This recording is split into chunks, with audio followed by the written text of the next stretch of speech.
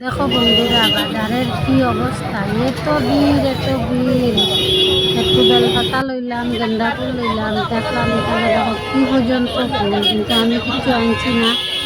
কারণ আমার বাবার বাড়ির থেকে আইছে, আমি তোমরা দেখাই না। দেখো, দেখলাম বাজারের ভিতরে ঢুকতাম, এই বুয়ের ঠেলা আর বন্ধুরা ভিতরে ঢুকলাম না। সামনে যেটা পাইলাম লইয়াই গেলাম। একদিকে টুকটুকি, একদিকে মানুষ। খুব বন্ধুরা মানুষে বাজার কেমনে করতা অত দূরের মধ্যে। আই গেলাম আর কিতা করি।